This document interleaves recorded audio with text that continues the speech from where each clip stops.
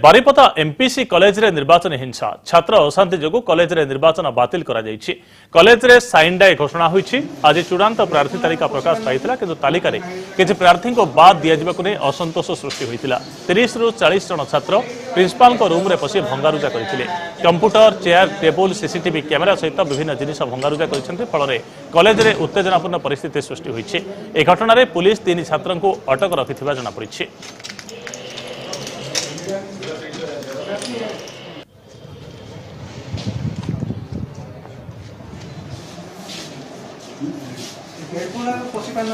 संपर्क में अधिक सूचना देवाई आम प्रतिनिधि दोलगोविंद बारिक आम सहित फोन लाइन जोड़ी होती। दोलगोविंद शांति फेरी आसवाई उद्यम कर पुलिस पहुंची तदंत आरंभ कलानी कि केउ परिस्थिति रे पिला माने लक्ष लक्ष टंकार संपत्ति नष्ट कर कॉलेज रा।